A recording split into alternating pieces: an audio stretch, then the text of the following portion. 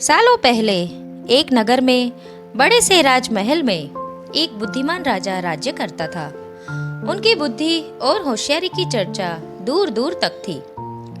राजा कभी भी बिना सोचे समझे कुछ नहीं कहता और ना ही बिना सोचे समझे कोई आरोपी को सजा सुनाता था।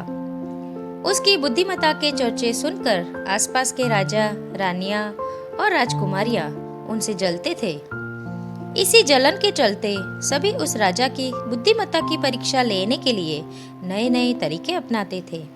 हर बार राजा दूसरे राज्य के शासकों द्वारा ली गई परीक्षा में खरा उतरकर खुद को होशियार और योग्य राजा साबित करता था। एक दिन राजा की परीक्षा लेने के लिए एक राजकुमारी आई। उसके हाथों में 2 फूलों की माला थी।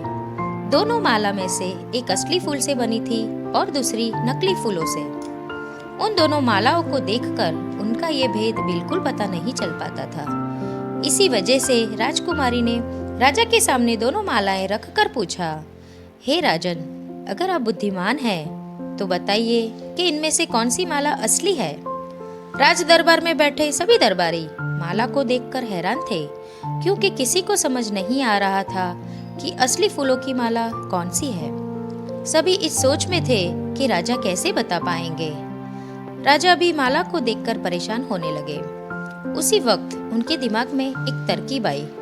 उन्होंने तुरंत अपने सेवक से कहा कि बगीचे की खिड़की को खोल दो। सेवक ने बगीचे की खिड़की खोली तो देखा कि फूलों पर बैठी मधुमक्खियां खिड़की से राज दरबार में आ रही है। वो कुछ देर मधुमक्खियों को देखते रहे। जैसे ही एक मधुमक्खी फूल की माला पर बैठी, वैसे ही राजा ने कहा कि अब मैं बता सकता हूँ कि असली माला कौन सी है। राजा ने तुरंत उस माला की तरफ इशारा किया जिस पर मधुमक्खी बैठी थी। राजा की होशियारी देखकर दरबार में मौजूद सभी उनकी तारीफ करने लगे। सभी कहने लगे कि हर राज्य को आपके जैसे ही बुद्धिमान राजा की जरूरत है।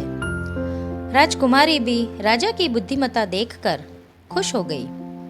उसने भी बुद्धिमान राजा की तारीफ में कुछ शब्द कहे और वहां से अपने राज्य की ओर निकल पड़ी।